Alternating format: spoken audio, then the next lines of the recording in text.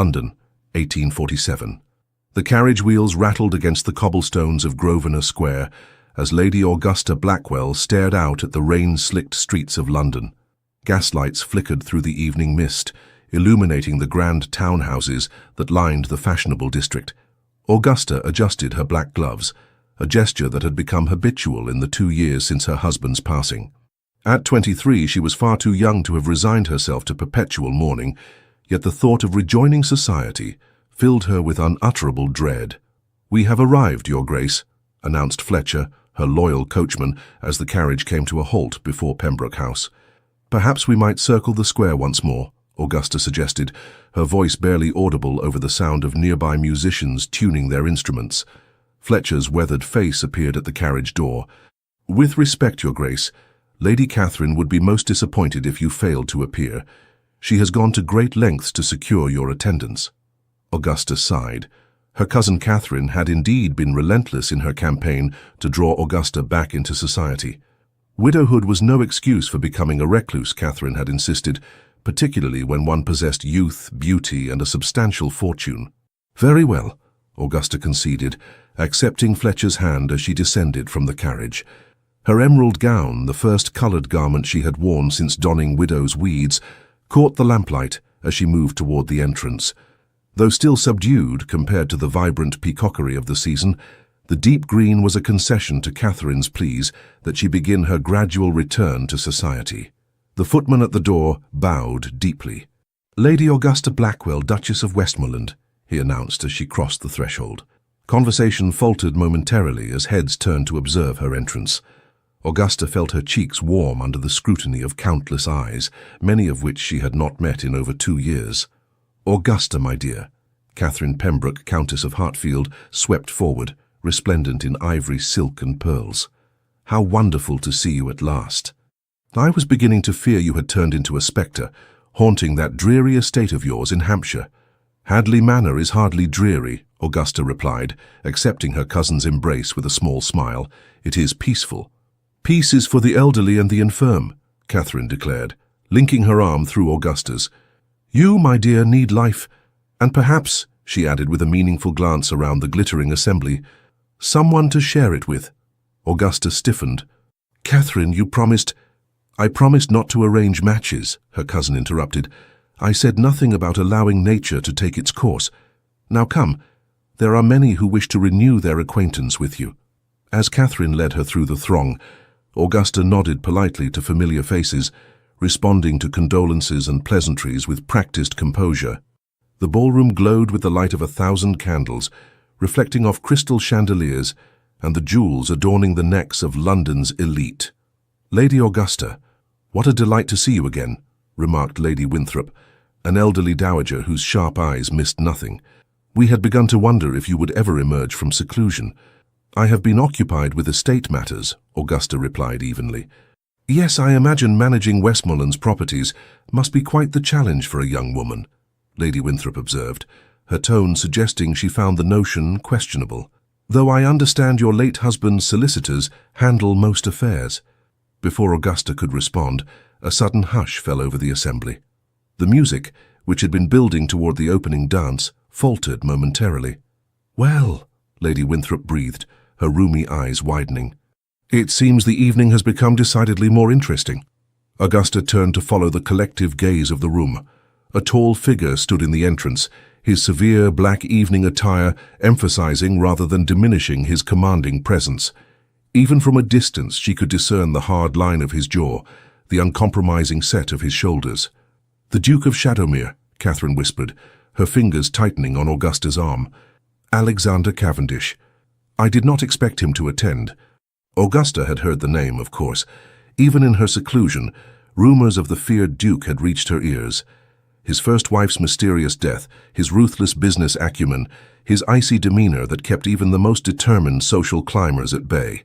"They say he has not attended a ball since his wife's passing 3 years ago," Lady Winthrop murmured, clearly relishing the drama of the moment.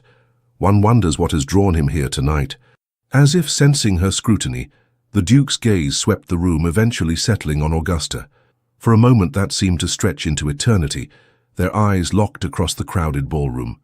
Something in his expression, A flicker of recognition, perhaps, or mere curiosity, caused Augusta's heart to quicken inexplicably. Then the Duke was moving, cutting through the crowd with purposeful strides. People parted before him like water before the prow of a ship, conversations dying as he passed. "Goodness," Catherine whispered. "He appears to be coming this way." Augusta felt rooted to the spot, unable to move as the imposing figure approached. He stopped before her, and Augusta was struck by the intensity of his eyes, grey as a winter storm, and just as forbidding. "Lady Augusta Blackwell," he said, his voice deep and smooth as aged brandy. It was not a question. Augusta curtsied slightly. "Your Grace." "I believe the first waltz is about to begin," he stated, extending his hand. "Would you do me the honor?" A collective gasp rippled through their immediate vicinity. The Duke of Shadowmere rarely danced, and never with young widows of no particular social standing beyond their inherited titles. Catherine's fingers dug into Augusta's arm in warning, but something in the Duke's unwavering gaze compelled her forward. "I would be delighted, Your Grace," Augusta heard herself say, placing her gloved hand in his. As he led her to the center of the ballroom, Augusta felt dozens of eyes following their progress, could almost hear the furious whispers behind fans and gloved hands. The orchestra struck up the opening notes of the waltz, and the Duke's hand settled at her waist, firm yet respectful. "You are trembling," he observed quietly, as they began to move in perfect time to the music. "Forgive me," Augusta replied, striving for composure. "It has been some time since I danced." 2 years, I believe," he said, guiding her through a turn with effortless grace. "Since before your husband's passing." Augusta looked up in surprise. "You are well informed, Your Grace." A ghost of a smile touched his lips. "I make it my business to be well informed, Lady Augusta, particularly about matters and people that interest me." The implication sent a flutter of alarm through her chest. "And do I interest you, sir? I cannot imagine why. We have never been introduced." "Until now," he corrected. "As for why," his gaze seemed to penetrate beyond her carefully constructed facade. "Perhaps I recognize a kindred spirit." "In what way?" "Someone who wears their solitude like armor," he replied, his voice low enough that only she could hear. "Who finds safety in isolation?" Augusta missed a step, momentarily thrown by his perception. The Duke adjusted seamlessly, his hand tightening slightly at her waist to steady her. "Careful," he murmured. "We are being watched." Indeed, as they circled the floor, Augusta became acutely aware of the attention they had attracted. Even other dancers seemed to give them a wide berth, as though the Duke carried some contagion they feared to catch. "You must know your reputation precedes you," Augusta said, finding her courage. "People speak of you in whispers." "And what do they whisper, Lady Augusta?" There was something dangerous in his tone now. A challenge. "That you are to be feared," she answered honestly. "That misfortune befalls those who cross you." His expression remained impassive, but something flickered in the depths of his eyes. "And does that frighten you?" Augusta considered her answer carefully. "I have faced my share of misfortune already, Your Grace. I find I have little left to fear." For the first time, genuine surprise registered on his face, quickly replaced by what might have been respect. "Then we are indeed kindred spirits," he said as the music drew to a close. They stood motionless for a moment as the last notes faded. Then, with perfect correctness, the Duke bowed over her hand. "Thank you for the dance, Lady Augusta." "The pleasure was mine, Your Grace," she replied automatically. He studied her face for a moment longer. "I wonder," he said quietly, "if you would consider calling on my sister, Lady Eleanor, tomorrow afternoon. She hosts a small gathering for tea at Shadowmere House. She has few female acquaintances, and would welcome your company, I believe." The invitation was so unexpected that Augusta found herself nodding before she had fully considered the implications. Yes, I would be pleased to make her acquaintance." "Excellent, until tomorrow then." With a final bow, he released her hand and walked away, leaving Augusta standing alone in the center of the ballroom, acutely aware of the curious and, in some cases, hostile gazes fixed upon her. Catherine was at her side in an instant. "Augusta, what were you thinking?" she hissed. "Do you have any idea what you've done?" Augusta watched the Duke's retreating figure, a curious sensation settling in her chest, something between trepidation and anticipation. "I believe," she said slowly, "I have just waltzed with the devil." "Worse," Catherine replied grimly. You've caught his interest. Heaven help you now." But as Augusta turned back to her cousin, she found herself wondering if perhaps she needed no heavenly intervention. For the first time in 2 years, she felt truly alive, her heart racing not with fear, but with something far more dangerous: curiosity. The following afternoon found Augusta's carriage rolling to a stop before Shadowmere House, an imposing mansion of grey stone that seemed to frown upon Berkeley Square. Unlike the warm, welcoming facades of neighbouring houses, the Duke's London residence presented a forbidding countenance to the world, its windows like watchful eyes regarding passers-by with suspicion. "I shall return in 2 hours, Your Grace," Fletcher said, as he helped Augusta descend from the carriage. His weathered face betrayed concern. "Unless you wish me to wait," Augusta squared her shoulders, adjusting her dove-grey visiting dress. "That won't be necessary, Fletcher. Lady Eleanor is expecting me." The door swung open before she could knock, revealing a silver-haired butler whose dignity seemed etched into the very lines of his face. "Lady Augusta Blackwell," she announced herself. The butler bowed. "We have been expecting you, Your Grace. I am Harrington. Please follow me." The interior of Shadowmere House was surprisingly light, with high ceilings and large windows that admitted the afternoon sun. The decor, while undeniably masculine, possessed an elegance that spoke of refined taste rather than ostentation. Harrington led her through a grand entrance hall and down a corridor lined with portraits, stern-faced men and women who bore the unmistakable Cavendish features: strong jaw, high cheekbones, and those penetrating grey eyes. They arrived at a set of double doors, which Harrington opened with a flourish. "Lady Augusta Blackwell, Your Ladyship," he announced. The drawing-room beyond was a revelation. Unlike the restrained elegance of the rest of the house, this chamber was a sanctuary of femininity. Delicate furniture upholstered in soft blues and creams, vases brimming with fresh flowers, and shelves lined with books and curios created an atmosphere of gentle refinement. A young woman rose from a chaise longue by the window, her face lighting with a smile of genuine pleasure. Lady Eleanor Cavendish bore a striking resemblance to her brother, sharing his dark hair and fine bone structure, but where his features were hardened by experience, hers remained soft, almost ethereal. "Lady Augusta," she said, coming forward with outstretched hands, "how delightful that you accepted our invitation. I have heard so much about you." Augusta took the offered hands, immediately warming to Eleanor's unaffected manner. "I confess I was surprised to receive it. Your brother and I are barely acquainted." A knowing smile touched Eleanor's lips. "Alexander rarely does anything without purpose, Lady Augusta. Please sit with me. Harrington, the tea, if you would." As they settled onto the chaise, Augusta studied the younger woman. Lady Eleanor appeared to be in her early 20s, perhaps a year or two younger than Augusta herself. There was a delicacy about her that suggested ill health, reinforced by the slight pallor of her complexion. "You must forgive my brother's abruptness," Eleanor said as Harrington returned with a tea tray. "Social graces have never been his forte, I'm afraid." "Yet he dances beautifully," Augusta observed. Eleanor laughed, a bright musical sound. "Her skill hard won through strict instruction and rigorous practice. Our father insisted upon it." Her expression sobered slightly. "Alexander was not always as you see him now. Circumstances have hardened him." "You refer to the death of his wife?" Augusta asked, then immediately regretted her boldness. "Forgive me, that was unconscionably direct." "Not at all," Eleanor replied, pouring tea with a steady hand. "It is refreshing to converse with someone who speaks plainly. Yes, Caroline's death changed him profoundly. But it was not only that." She paused, seeming to weigh her words.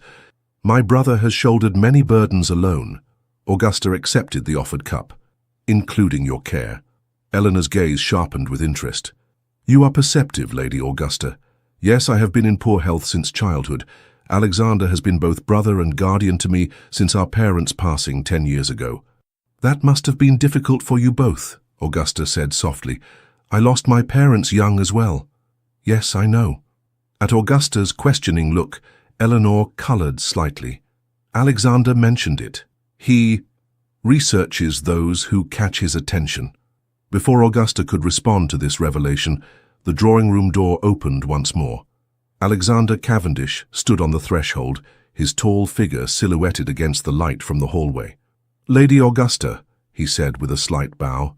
"I trust my sister has been entertaining you adequately." "Your sister is a delight, Your Grace," Augusta replied, rising to curtsy. "I am grateful for her invitation." "It was your invitation, as I recall," he corrected, moving into the room with that same predatory grace she had observed the previous evening. "Alexander, must you be so literal?" Eleanor chided gently. "You'll frighten Lady Augusta away before we have become properly acquainted." "I doubt Lady Augusta frightens easily," he replied, his gaze never leaving Augusta's face. "Do you, Your Grace?" The challenge in his tone was unmistakable. "I believe I mentioned last night that I have little left to fear, Your Grace," Augusta responded evenly, "though I confess your reputation does give one pause." Something like amusement flickered across his stern features. "Reputations are often exaggerated, and sometimes well-earned," she countered. As they concluded their tea, Augusta found herself increasingly intrigued by this complex man and his gentle sister. When Alexander unexpectedly invited her to a small dinner party the following evening, she accepted, partly out of genuine interest in Eleanor, but also because of the enigma that was the Duke of Shadowmere. As her carriage departed Shadowmere House, Augusta discovered a small envelope on the seat beside her that had not been there when she arrived. Inside was a single sheet of heavy cream paper, bearing a message in bold masculine handwriting. "Lady Augusta, beware of forming attachments too quickly in London. Not all are what they seem, and some may seek to use your connection to me for their own purposes. Trust few. Question everything." Until tomorrow, AC Augusta stared at the cryptic warning, a chill settling over her despite the warmth of the afternoon. What could it mean? Was it a warning against others or against the Duke himself? One thing was becoming increasingly clear. In accepting Alexander Cavendish's invitation to waltz, she had set in motion events beyond her control. The question now was whether she had the courage to see where they might lead. The cryptic note from Alexander Cavendish haunted Augusta's thoughts as she prepared for the dinner party at Shadowmere House. Standing before her mirror, she studied her reflection in the midnight blue gown Catherine had insisted she wear. "Too sombre for a widow emerging from mourning," her cousin had declared, "but perfect for intriguing a certain duke." Augusta had protested such calculation, yet couldn't deny the flutter of anticipation she felt at the prospect of seeing Alexander again. His warning echoed in her mind. Trust few, question everything. What dangers lurked beneath the polished surface of London society? And why had he singled her out for both attention and caution? The dinner party at Shadowmere House proved to be an intimate affair, with only 8 guests gathered in the elegant dining room. Augusta, seated to the Duke's right as the guest of honor, found herself the object of intense scrutiny from the other attendees. Lord James Harrington, a distinguished gentleman in his 50s with kind eyes and a ready smile, had been introduced as the Duke's closest friend and advisor. His wife, Lady Sophia, a graceful woman with auburn hair threaded with silver, had immediately taken Augusta under her wing, her gentle manner providing a welcome buffer against the more probing attention of the other guests. Across the table sat Sir William Preston, a banker whose sharp gaze seemed to calculate the worth of everything and everyone in his path. Beside him his wife Henrietta, a woman of remarkable beauty and equally remarkable coldness, had barely acknowledged Augusta's presence beyond a perfunctory nod. Catherine had been placed beside Lord Richard Blackwood, a young viscount whose charm and good looks had earned him a reputation as one of London's most eligible bachelors. The final guest, Dr. Edward Bennet, a serious man with intelligent eyes behind wire-rimmed spectacles, was seated at Eleanor's right hand and appeared to divide his attention between his hostess and professional observations of the company at large. "Lady Augusta," Sir William addressed her as servants cleared the soup course, "I understand you manage your late husband's estate yourself. Most unusual for a woman of your age and station." Augusta felt Alexander stiffen beside her. "I have excellent stewards, Sir William, but yes, I take an active interest in Hadley's operations." "How progressive," Lady Preston remarked, her tone suggesting it was anything but admirable. "I believe competence knows no gender," Lord Harrington interjected smoothly. "And from what I've heard, Hadley Manor prospers under Lady Augusta's guidance." "Indeed," the Duke confirmed, his deep voice commanding immediate attention. The estate's yield has increased by 15% since she assumed control, a remarkable achievement in these economic times. Augusta turned to him in surprise. You seem remarkably well informed about my affairs, Your Grace. As I mentioned yesterday, neighboring properties are of particular interest to me, he replied, his expression unreadable. Speaking of which, Lord Blackwood, how fares your father's venture in Cumberland? The Viscount, who had been gazing at Augusta with undisguised admiration, started slightly. Ah, progressing well, I believe.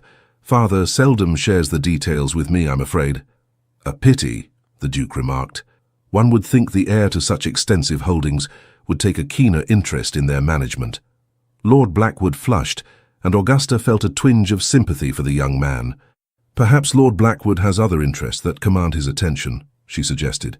Indeed I do, Lady Augusta, he replied gratefully. I am something of an amateur botanist. I've been cataloguing native orchid species in Derbyshire. How fascinating, Eleanor exclaimed. You must see our conservatory after dinner. Alexander has imported several rare species from the continent. I should like that very much, Lord Blackwood replied, his gaze lingering on Augusta rather than Eleanor. Augusta felt the Duke's eyes upon her, assessing her reaction to the Viscount's obvious interest. She kept her expression neutral, though inwardly she was puzzled by the strange tension she sensed between the two men. The meal progressed through several more courses, the conversation flowing easily under Lord Harrington's skilled guidance. Augusta found herself drawn into discussions of literature, music, and even politics, subjects she had missed during her self-imposed isolation in Hampshire. You are remarkably well read for a young woman, Dr. Bennet observed, after she had contributed to a debate on Wordsworth's later works. My father believed in educating daughters as well as sons, Augusta replied, and widowhood provides ample time for reading. A waste, Lady Preston murmured just loudly enough to be heard. A beautiful young woman like yourself, buried in books and ledgers. I consider it neither waste nor burial, Augusta countered politely. Merely a different application of one's faculties than society typically expects of women. Well said, the Duke commented, and Augusta detected a note of approval in his voice that sent an unexpected thrill through her. As the final course was served, Eleanor turned the conversation to the upcoming charity ball for the Children's Hospital, an event she was apparently helping to organize despite her frail health. We had hoped to secure the assembly rooms, she explained, but they were booked for a private function. We're still searching for a suitable venue. What about the Pembroke Ballroom? Catherine suggested. I'm sure my husband would be amenable. That's very kind, Eleanor replied, but we anticipate over 300 guests. I fear even your generous ballroom would be somewhat cramped. Perhaps Shadowmere House could host, Augusta suggested impulsively. Your ballroom seems more than adequate. A hush fell over the table.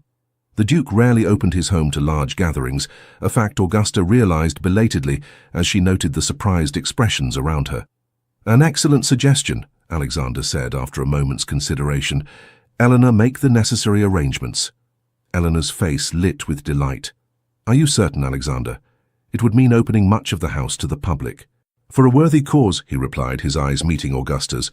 I find I'm willing to make exceptions to my usual privacy. The significance of this concession was not lost on the other guests. Lady Preston's eyes narrowed speculatively, while Lord Harrington regarded his friend with undisguised astonishment. How generous, Lady Preston said silkily. One wonders what has prompted this sudden philanthropy. Perhaps, the Duke replied, his gaze still fixed on Augusta. I am simply following Lady Augusta's admirable example of emerging from seclusion. After dinner, the gentlemen declined to separate for port, instead joining the ladies in the music room where Eleanor was persuaded to play the pianoforte. Her skill was considerable, the music filling the elegant chamber with haunting melodies that seemed to reflect her gentle yet melancholy spirit. Augusta found herself standing near a set of French doors that opened onto a small balcony. Seeking a moment's respite from the intensity of the evening, she slipped outside into the cool night air. The balcony overlooked a walled garden, silvered by moonlight and fragrant with early roses. Augusta drew a deep breath, steadying herself against the stone balustrade. Seeking escape so soon? The Duke's voice behind her caused her to start. Merely some fresh air, she replied, turning to face him. In the moonlight his features appeared less severe, the hard lines of his face softened by shadow. My guests can be somewhat overwhelming, he acknowledged, moving to stand beside her. Particularly the Prestons. Sir William seems rather calculating. An apt description, the Duke said with a dry smile. He is a man who sees relationships purely in terms of advantage. And Lady Preston? Henrietta? Something darkened in his expression. She is a woman accustomed to getting what she wants, by whatever means necessary. There was a history there, Augusta sensed, though whether romantic or otherwise she could not determine. They seem unusual choices for an intimate dinner. One keeps potential allies close, he replied, and potential adversaries closer still. And which am I? Augusta asked boldly. The Duke studied her for a long moment, his grey eyes reflecting the moonlight. Neither, I think, at least not yet. Then what am I, Your Grace? Why invite me here? Why single me out at the ball? I am nobody of consequence. I disagree, he said softly. You are a woman of considerable consequence, Lady Augusta, more than you realize. Before she could press him further, the sound of the French doors opening interrupted their exchange. Lord Blackwood stepped onto the balcony, his handsome face lighting with pleasure at the sight of Augusta. Ah, there you are, Lady Augusta. I had hoped you might honor us with a song. Lady Eleanor assures me you have a lovely voice. Augusta glanced at the Duke, whose expression had reverted to its customary impassivity. Perhaps another time, Lord Blackwood. I fear I'm somewhat out of practice. Then perhaps you might allow me to escort you through the conservatory. The Viscount persisted. The moonlight makes it quite magical, I'm told. Again Augusta looked to the Duke, uncertain why she felt the need for his approval. He gave an almost imperceptible nod. I would be delighted, she said, accepting Lord Blackwood's offered arm. As they turned to leave, the Duke spoke once more. Lord Blackwood. The younger man paused. Yes, Your Grace? Take care with my orchids, Alexander said, his voice deceptively mild. Some varieties can be quite toxic if handled improperly. The warning was clear, though its precise meaning remained ambiguous. Lord Blackwood's arm tensed beneath Augusta's hand. I shall be the soul of caution, Your Grace, he replied with forced lightness. As they made their way toward the conservatory, Augusta found herself glancing back at the solitary figure on the balcony. The Duke stood motionless, his face in shadow, watching their departure with an intensity that sent a shiver down her spine, not entirely of fear. The conservatory was indeed magical in the moonlight, its glass walls and ceiling creating a cathedral of silver and shadow. Exotic plants created mysterious silhouettes, and the air was heavy with the scent of night-blooming flowers. Lady Augusta, Lord Blackwood began as they strolled between rows of rare specimens, I hope you will permit me to call upon you during your stay in London.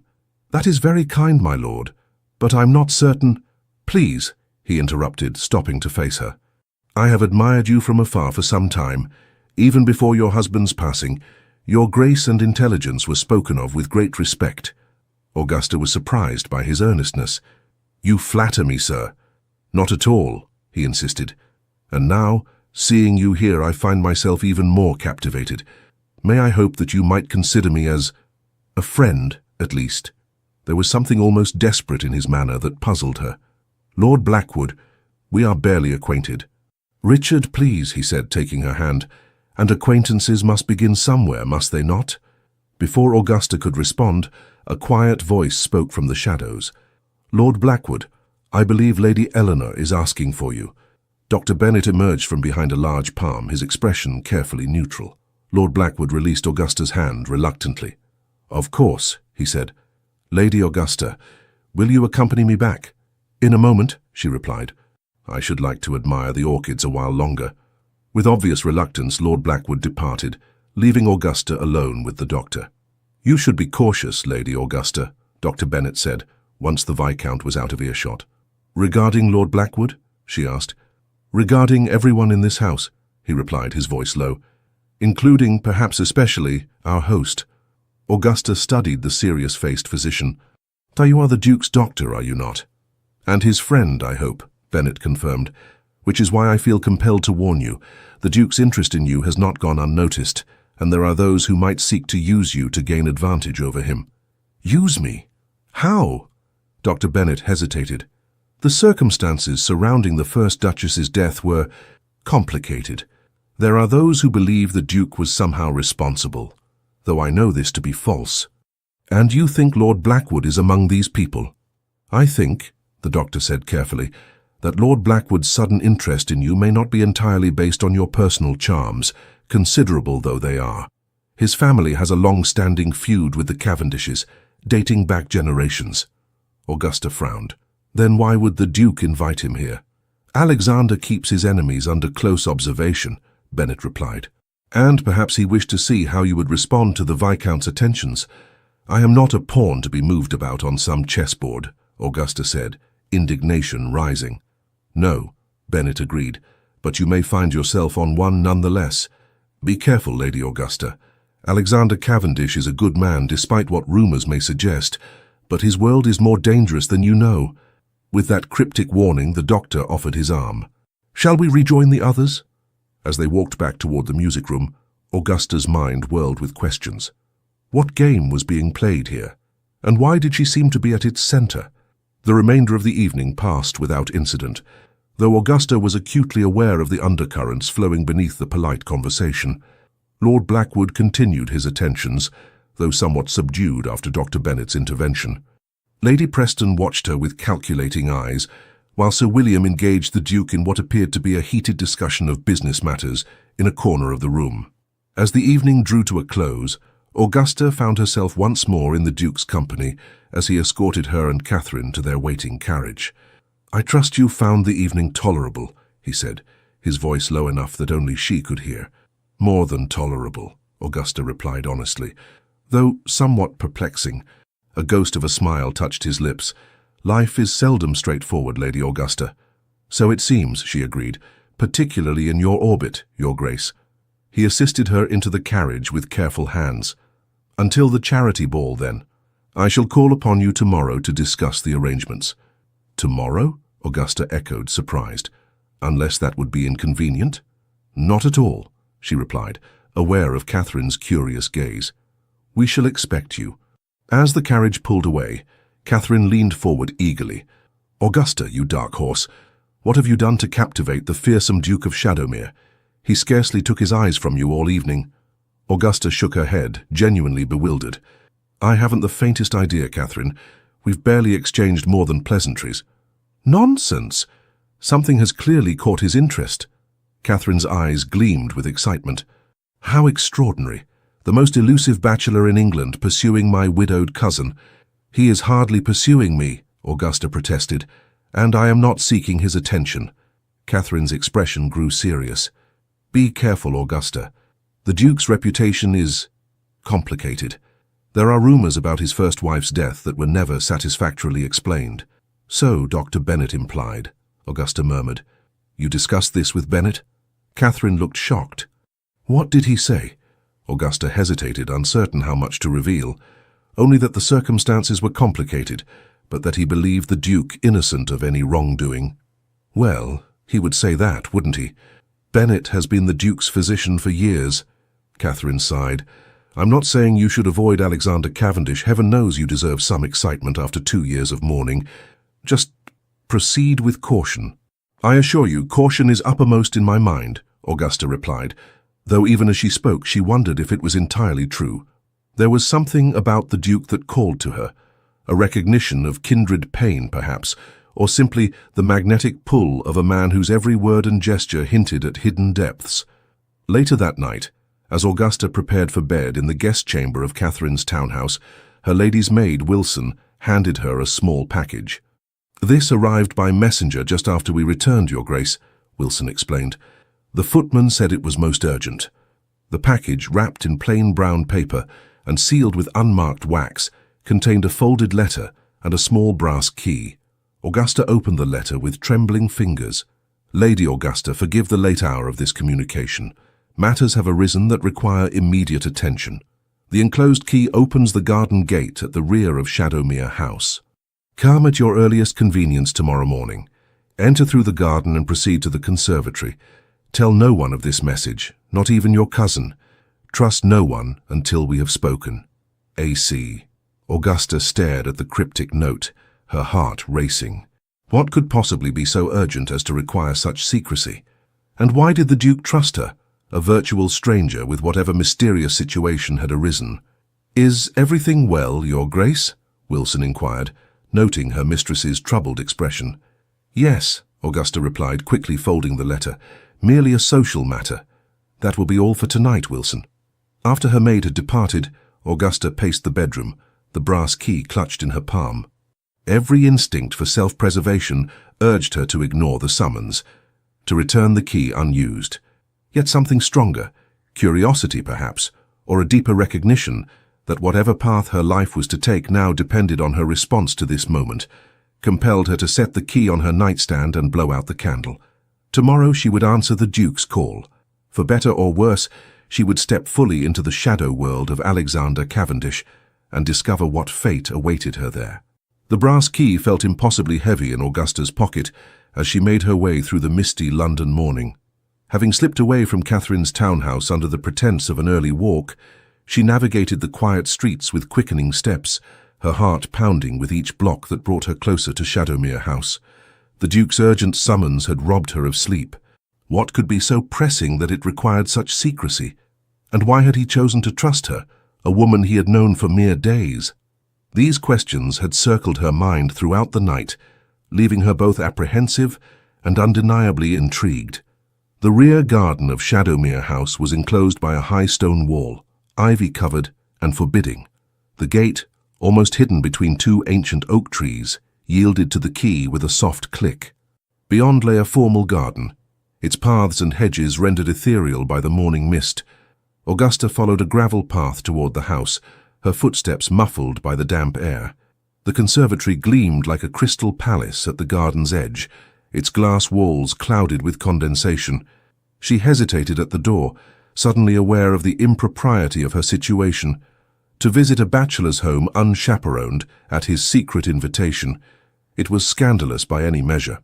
Yet something in the urgency of the Duke's note convinced her that conventional proprieties must yield to more pressing concerns. The conservatory door opened silently, admitting her to the warm, moist atmosphere within. In daylight, the collection of exotic plants was even more impressive than it had appeared by moonlight.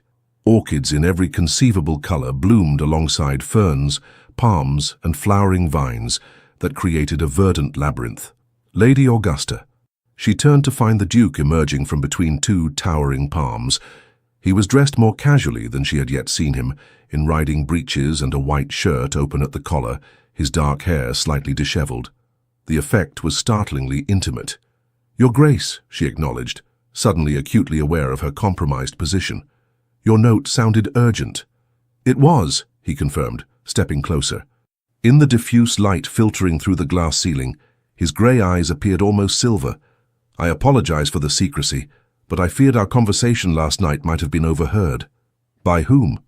"There are ears everywhere in London society," he replied, "and what I must tell you requires absolute privacy." Augusta steeled herself. "I'm listening." Alexander gestured toward a small wrought-iron bench, partially concealed by flowering vines. "Please, sit." Once they were seated, he began. "I believe you may be in danger, Lady Augusta." "From what quarter?" she asked, surprised by her own calm. "That remains unclear," he admitted, "but certain events have come to my attention that suggest someone wishes to harm you, or perhaps use you to harm me." Augusta frowned. "That seems far-fetched, Your Grace. I'm of no particular importance." "You underestimate yourself," he said, his voice softening. "But more relevantly, you underestimate what your growing association with me might mean to certain parties." "You refer to the rumors about your first wife?" His expression tightened. "Partly. Caroline's death was not what it seemed, but neither was it what rumor suggests." "What did happen?" Augusta asked directly. Alexander was silent for a long moment, his gaze fixed on some distant point. "Caroline suffered from melancholia," he finally said. "Severe, debilitating melancholia that worsened after our marriage. I sought every treatment, consulted every specialist. Nothing helped." Augusta's heart constricted at the pain evident in his voice. "I'm sorry. The night she died," he continued, "I was away on business. She took an overdose of laudanum. The official finding was accidental death, but there were those who suspected otherwise." "That you were somehow responsible?" Augusta surmised. Yes. There were letters, you see. Desperate, confused letters Caroline had written expressing fear of me. Letters she wrote during the depths of her illness, when she sometimes believed I meant her harm. And these letters became public. Not public, no, but they fell into the hands of certain individuals who have used them to influence me over the years. Blackmail, Augusta breathed. A crude term, but accurate. His eyes met hers directly. I tell you this, Lady Augusta, not to gain your sympathy, but so you understand the nature of the world you have entered by associating with me. And you believe someone might use me to further pressure you? Or worse, he said grimly. Last night, after our guests departed, I received this. He withdrew a folded paper from his pocket and handed it to her. The message, composed of letters cut from newspapers and pasted to the page, read, "The widow will follow the wife unless the Duke relinquishes all. She danced with death at Pembroke House." Augusta felt a chill despite the conservatory's warmth. "This is disturbing." "It is a threat," Alexander said flatly. "Against you. But why? What could anyone hope to gain by harming me?" "Several possibilities present themselves," he replied. "The most obvious being to pressure me into selling certain properties or business interests I have acquired in recent years, properties that some believe were obtained through questionable means." "Were they?" "I have never broken the law, Lady Augusta," he said carefully, "but I have perhaps bent it on occasion, particularly when dealing with those who deserved no better." Augusta studied his face, seeking evidence of deception, but finding only grim determination. "Why tell me this? Why not simply distance yourself from me, remove me as a target?" "Would that be your preference?" he asked, his expression unreadable. "I did not say that," she replied. "I merely question your strategy." For the first time that morning, a ghost of a smile touched his lips. "Strategy, Lady Augusta. You speak as though we are engaged in warfare." "Are we not?" she countered. "It seems I have inadvertently stumbled onto a battlefield of your making." "Not entirely of my making," he corrected. "But yes, you have become involved in a conflict that predates our acquaintance. For that, I apologize." "You still haven't answered my question," Augusta persisted. "Why not simply avoid me? Surely that would be the simplest solution." Alexander rose abruptly, pacing the narrow path between exotic plants. "The simplest, yes, but perhaps not the most satisfactory. Meaning?" He turned to face her, his expression unexpectedly vulnerable. "Meaning, Lady Augusta, that I find I am unwilling to relinquish your acquaintance even to ensure your safety. Selfish, perhaps, but true." The admission, delivered with such stark honesty, momentarily robbed Augusta of speech. I don't know what to say." "Say you will allow me to protect you," he replied, returning to sit beside her. "Say you will trust me, despite the rumors, despite the danger." Augusta took a deep breath. "How do you propose to protect me?" "First, by keeping you close," he said. "The charity ball provides an excellent opportunity. As co-hosts, we will have legitimate reason for frequent communication." "And second?" "By discovering who sent this threat," he replied grimly. "I have suspicions, but no proof as yet. Until I do, you must be vigilant. Accept no invitations without consulting me first. Drink nothing at social gatherings that you have not seen poured. And trust no one completely, not even those who seem most benevolent." "Not even you?" Augusta asked, only half in jest. His grey eyes met hers with unexpected warmth. "Especially not me, perhaps. I am, after all, the source of your danger." "Yet here I sit," she observed, "conspiring with you nonetheless. Does that make you reckless, Lady Augusta, or merely curious?" "Perhaps both," she admitted, "though I prefer to think of it as discerning. I judge people by their actions, not rumors." "And what have my actions told you thus far?" Augusta considered the question carefully. "That you are protective of those you care for, that you value intelligence and directness, that you harbor secrets, yes, but not necessarily sinister ones." "A generous assessment," he murmured. "Time will tell if it is an accurate one," she replied. Their eyes held for a long moment, and Augusta became acutely aware of their isolation, of the impropriety of their meeting. Yet she felt no fear, only a curious sense of standing at a crossroads, her future hanging in the balance of this moment. The spell was broken by the distant sound of the garden gate opening. Alexander rose swiftly, moving to the conservatory door to peer out into the mist. "Harrington," he said, tension leaving his shoulders. "My steward. I must have lost track of time. We have estate business to discuss." "I should go," Augusta said, rising. "Wait." He caught her hand, his touch sending a jolt of awareness through her. "Meet me tomorrow at the Lending Library on Bond Street, 3 o'clock. We must discuss the charity ball arrangements, and I shall have more information by then." Augusta nodded. "Until tomorrow, then." He released her hand reluctantly. "Take care, Lady Augusta. Remember what I said. Trust no one completely." "Not even myself?" she asked, attempting to lighten the moment. His expression remained grave. "Especially not yourself, if your instincts tell you to trust me too readily. I am not perhaps as good a man as you believe." With those unsettling words lingering in the air between them, Augusta slipped out through a side door of the conservatory, making her way back through the misty garden, and out the gate through which she had entered less than an hour before. The days that followed passed in a whirlwind of activity, as Augusta found herself drawn deeper into the Duke's world. The charity ball provided legitimate reason for frequent meetings, often in the company of Eleanor, whose genuine warmth and affection had quickly endeared her to Augusta. Together, they planned every detail of the event, from the floral arrangements to the supper menu, while Alexander attended to security matters with unnerving thoroughness. "You truly believe someone might attempt something at the ball itself?" Augusta asked during one such planning session in Shadowmere House's elegant library. "I believe in preparing for all possibilities," Alexander replied, not looking up from the guest list he was scrutinizing. "Preston has confirmed his attendance, though Henrietta claims a prior engagement. Do you still suspect Sir William of sending the threat?" "He remains the most likely candidate," Alexander confirmed. "His bank holds significant loans against properties that border my eastern estates, properties I've recently expressed interest in acquiring. If he can force me to sell certain key holdings, the value of his collateral would increase substantially." "And Lady Preston?" Augusta inquired, recalling the calculating look in Henrietta's eyes whenever she glanced between Augusta and the Duke. Alexander's expression darkened. "Henrietta's grievances are more personal. She once harbored expectations I had no intention of fulfilling." "Before your marriage to Caroline?" "Yes," he said shortly, clearly unwilling to elaborate further. "In any case, with both Prestons present at the ball, along with Lord Blackwood and several other potential adversaries, vigilance will be essential." "You suspect Lord Blackwood as well?" Augusta asked, surprised.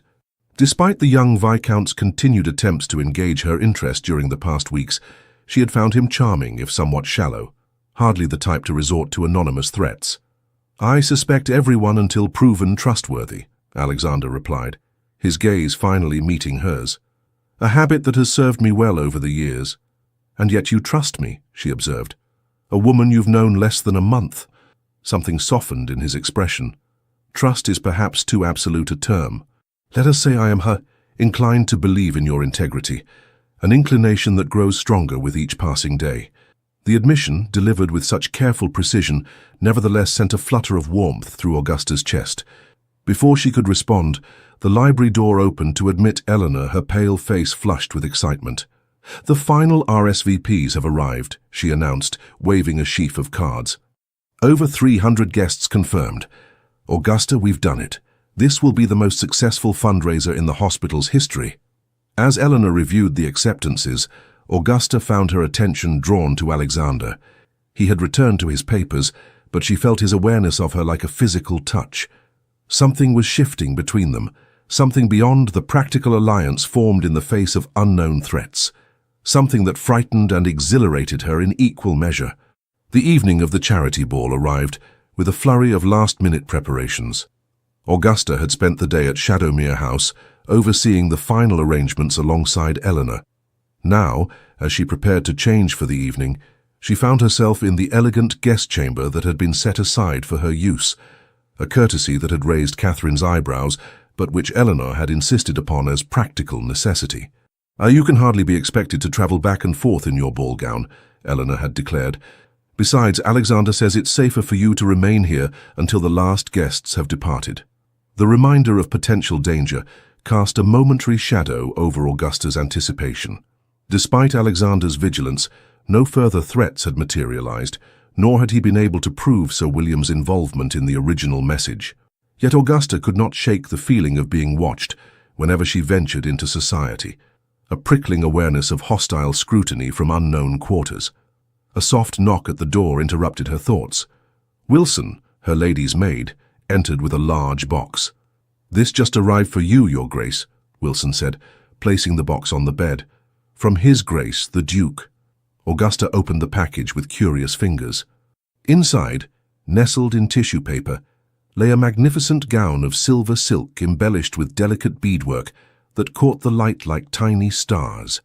Beneath it was a smaller velvet box containing a pair of diamond earrings and a matching bracelet of breathtaking elegance. A folded note lay atop the jewelry.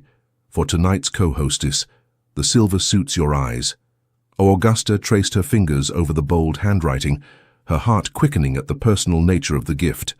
It was not merely extravagant, it was thoughtful. The silver tones a perfect complement to her coloring, the style exactly to her taste without being ostentatious. "Shall I help you dress, Your Grace?" Wilson asked, her eyes wide at the splendor of the gown. Augusta nodded, suddenly unable to speak past the emotion tightening her throat. Something had changed irrevocably in her life since that first waltz with the Duke of Shadowmere. Whether for good or ill remained to be seen, but one thing was certain. There would be no returning to the quiet isolation of her widowhood. An hour later, Augusta descended the grand staircase, a vision in silver silk and duchess lace. Alexander waited at the bottom, his tall figure commanding in formal black evening attire. In the 2 weeks since their clandestine meeting in the conservatory, something had shifted between them. A deepening of trust, perhaps, or something more profound that neither dared name. "Lady Augusta," he said, taking her gloved hand as she reached the final step. "You outshine every star in the heavens tonight." "Flattery, Your Grace," she replied with a smile. "How unlike you." "Not flattery," he corrected. "Merely accurate observation." Eleanor appeared at her brother's side, lovely in pale blue that complemented her delicate coloring. "Augusta, you look magnificent. The ball will be the talk of London for months." "Thanks to your tireless efforts," Augusta said warmly, genuinely fond of the younger woman who had become a dear friend over the past weeks. "And yours," Eleanor insisted. "Alexander says you have a gift for organization that rivals his own. High praise indeed from my perfectionist brother." The Duke's lips quirked in a half-smile. "I merely recognize efficiency when I encounter it." "Such a romantic soul," Eleanor teased, nudging her brother affectionately. "Oh, Dr. Bennet has arrived. I must speak with him about the hospital committee meeting tomorrow." As Eleanor hurried off to greet the physician, Alexander offered Augusta his arm. "Shall we greet our guests? The first carriages are arriving." For the next hour, they stood together in the entrance hall, welcoming London's elite to Shadowmere House. Augusta noted with interest the varying reactions to their joint hosting duties, surprise from most, speculation from some, and poorly concealed disapproval from a select few, notably Lady Preston, who arrived on the arm of a distinguished gentleman who was not her husband. "Sir William sends his regrets," Henrietta explained, her smile not reaching her eyes. "Urgent business in Manchester. Lord Everley was kind enough to escort me in his absence." "How fortunate," Alexander remarked, his tone neutral, though Augusta sensed his tension. "Lord Everley, I believe you know Lady Augusta Blackwell?" The silver-haired Earl bowed over Augusta's hand. "Only by reputation, I'm afraid. A pleasure to make your acquaintance at last, Lady Augusta." "The pleasure is mine, my lord," Augusta replied automatically, though something in the Earl's appraising gaze made her uneasy. As the couple moved on, Alexander leaned close to murmur in her ear, "Keep your distance from Everley. He and Preston are close associates, and his presence here is no coincidence." The warning sent a shiver down Augusta's spine, a reminder that beneath the glittering surface of the evening lay darker currents. Lord Blackwood arrived shortly thereafter, his handsome face lighting at the sight of Augusta. Over the past weeks, he had called at Catherine's townhouse several times, his attentions becoming increasingly marked despite Augusta's polite rebuffs. "Lady Augusta," he said, bowing deeply, "you are a vision tonight. I hope I may claim at least one dance." Before Augusta could respond, Alexander intervened smoothly. I fear Lady Augusta's dance card is quite full, Lord Blackwood. As co-hostess, her duties are numerous this evening. Blackwood's smile faltered slightly. Of course, perhaps later then. As he moved away, Augusta glanced at Alexander. That was rather pointed, Your Grace. Blackwood has been asking questions about you, he replied quietly. Questions that go beyond mere social interest. What sort of questions? About your finances, primarily. The exact value of Hadley Manor. Your connections in Hampshire. His grey eyes darkened. He is not what he seems, Augusta. The use of her given name, rare despite their growing closeness, emphasized the seriousness of his concern. You still suspect him of involvement in the threat against me? I suspect everyone, Alexander replied grimly. But yes, he ranks high among my concerns. The arrival of the final guests prevented further discussion. Soon the ballroom was filled with elegant couples circling to the strains of a waltz, the atmosphere one of unrestrained festivity. Augusta found herself partnered first with Lord Harrington, whose kind manner and gentle humour provided a welcome respite from the underlying tension of the evening. You have wrought a miracle, Lady Augusta, he remarked as they navigated the crowded floor. I have not seen Shadowmere House so alive in years. The credit belongs to Eleanor and His Grace, Augusta demurred. I think not, Harrington replied with a knowing smile. Alexander has changed since meeting you. There is a lightness to him that has been absent since Caroline's death, some might say even before. Augusta felt her cheeks warm. We are merely acquaintances, my lord. Of course, he agreed, though his eyes twinkled with gentle skepticism. Just as the sun and moon are merely celestial bodies with no influence upon the tides. The dance ended before Augusta could formulate a suitable response. Her next partner was Dr. Bennet, whose serious demeanour concealed a dry wit she had come to appreciate during their committee meetings for the hospital fundraiser. You appear to have survived the preparations unscathed, he observed, as they joined the set for a country dance. Eleanor thrives under your influence. I have not seen her so animated in years. She is a remarkable young woman, Augusta replied sincerely. I only wish her health were more robust. Bennet's expression grew thoughtful. Indeed, though I believe her condition improves with positive stimulation, your friendship has been a tonic, more effective than any medicine I could prescribe. As has the Duke's increased attentiveness, Augusta noted. He dotes on her, though he tries to disguise it beneath that stern exterior. Alexander Cavendish is a man of deep feelings carefully controlled, Bennet said. Those who earn his regard are fortunate indeed. And those who earn his enmity? Augusta asked, thinking of the mysterious threat. Bennet's eyes met hers soberly. Would be wise to proceed with caution. The Duke does not forgive easily, nor forget at all. Augusta had just accepted a glass of champagne from a footman when Lady Preston appeared at her elbow. Lady Augusta, Henrietta purred, her crimson gown a striking contrast to Augusta's silver. How cleverly you have managed everything. One would almost believe you were born to Shadowmere House rather than a recent acquisition. Augusta maintained her composure despite the insult. The Duke and Lady Eleanor have been most welcoming. The success of tonight belongs to them. How modest, Lady Preston remarked, sipping her champagne, though I wonder if you fully appreciate the position in which you find yourself.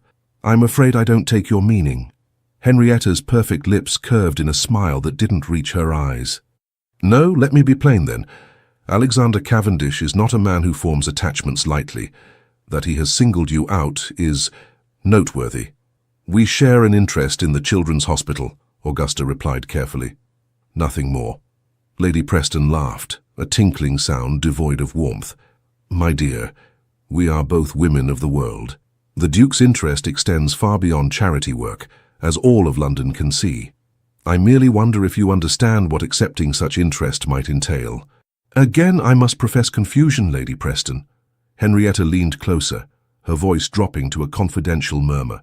There are aspects of Alexander's character unknown to you, darker aspects that led to his first wife's unfortunate end. Augusta felt a chill despite the warmth of the crowded room. I believe such rumours are greatly exaggerated. Are they? Lady Preston arched a perfect eyebrow. Perhaps you should ask why Caroline was so afraid in those final months, why she wrote those desperate letters begging for help, why no one dared to intervene until it was too late. Before Augusta could respond, Alexander appeared at her side, his expression cold as he regarded Lady Preston. "Henrietta, I trust you are enjoying the evening." "Immensely," she replied, unperturbed by his frosty tone. "Lady Augusta and I were just becoming better acquainted." "How fortunate for her," he said, with cutting precision. "Augusta, Eleanor requests your presence in the small drawing room. Something regarding the charity auction." Grateful for the interruption, Augusta excused herself, though Lady Preston's parting smile lingered unpleasantly in her mind as Alexander guided her through the crowd. "What did Henrietta say to you?" he asked once they were relatively private in a quiet alcove. "Nothing of consequence," Augusta replied, reluctant to repeat the insinuations. Alexander's jaw tightened. "She mentioned Caroline." "It wasn't a question." "Yes," Augusta admitted. "She suggested there was more to your wife's death than is commonly known." "And do you believe her?" His voice was carefully neutral, but Augusta sensed the importance of her answer. "I believe," she said slowly, "that people rarely act without motive.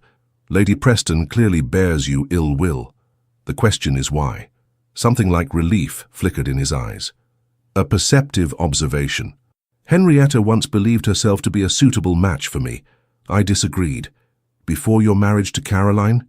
"Yes. Henrietta married Preston a month after my engagement to Caroline was announced." His expression darkened. "She has never forgiven either slight." A sudden commotion near the ballroom entrance interrupted their conversation. Lord Blackwood had arrived, clearly intoxicated, his handsome features flushed as he loudly demanded another glass of champagne from a startled footman. "Damnation," Alexander muttered.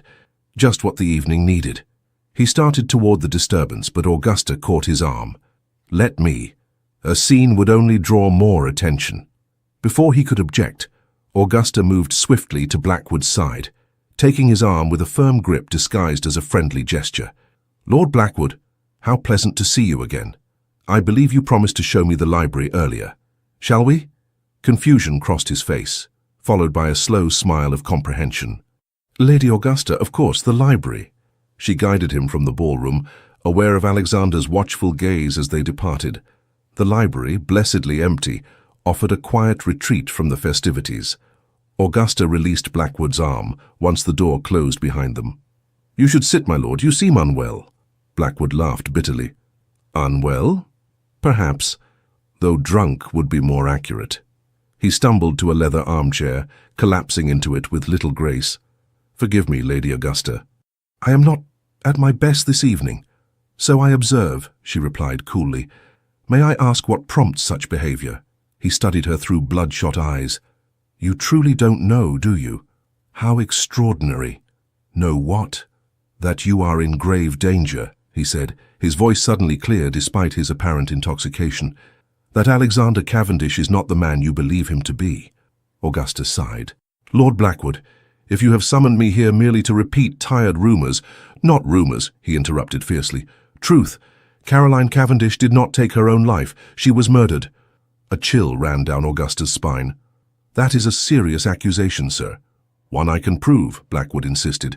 "I have seen the letters Caroline wrote before her death, not just to her family, but to my father. They speak of fear, yes, but also of evidence she had discovered. Evidence of the Duke's involvement in my uncle's death 5 years ago." Augusta struggled to maintain her composure. "Your uncle?" "The previous Earl of Blackwood," he explained. "Officially, he died of heart failure.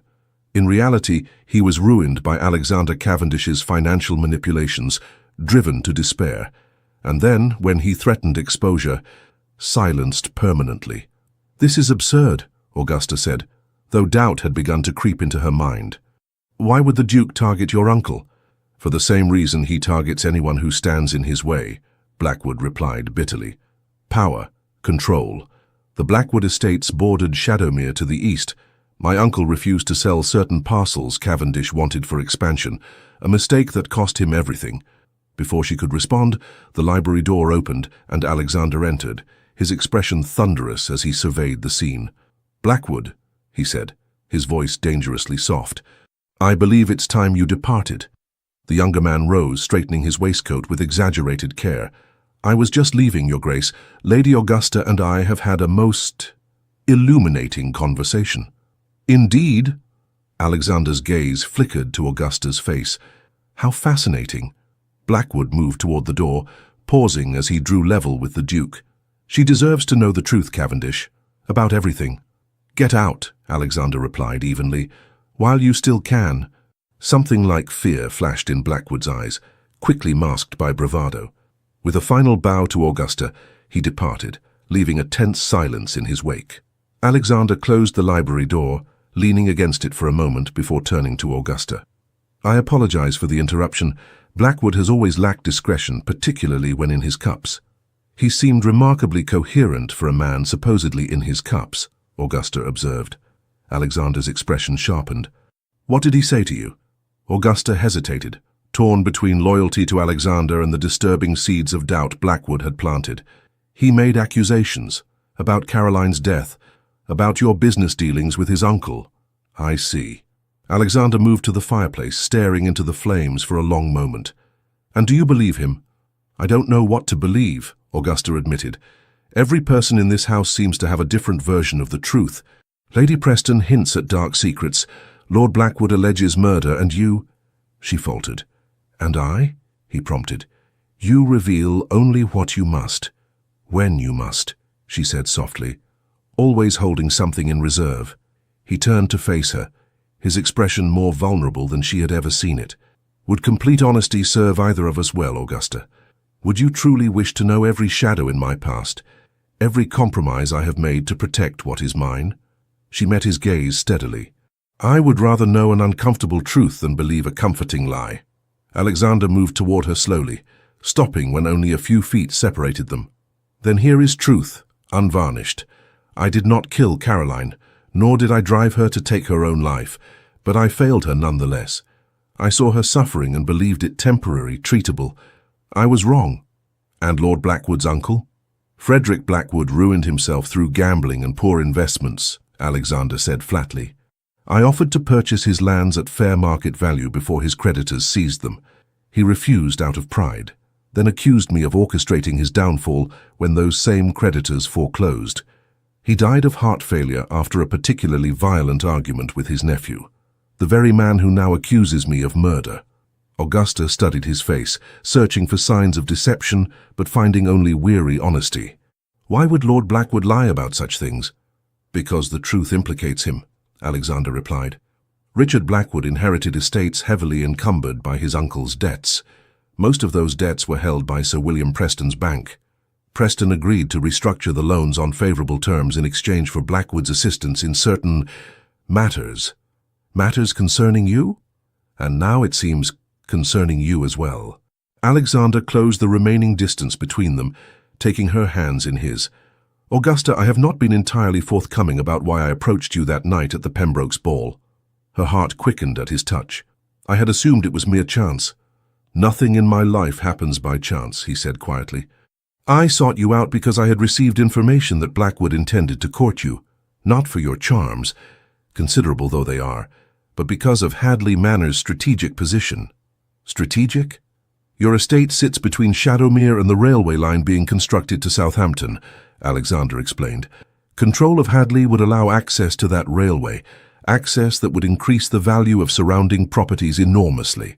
And you believe Lord Blackwood intended to gain that control through marriage to me? The idea was both insulting and alarmingly plausible. I believe Blackwood acts as Preston's agent in this, yes, Alexander confirmed. When I appeared to develop an interest in you myself, their plans required adjustment. Hence the threatening note, intended to frighten you away from me. The revelation left Augusta momentarily speechless. Everything, their meeting, his attention, the danger that now surrounded her, all stemmed from a cold calculation of property and advantage. If this is all about property and railway access, she said finally, her voice barely above a whisper, why not simply tell me from the beginning? Why the elaborate charade of social calls and charity committees?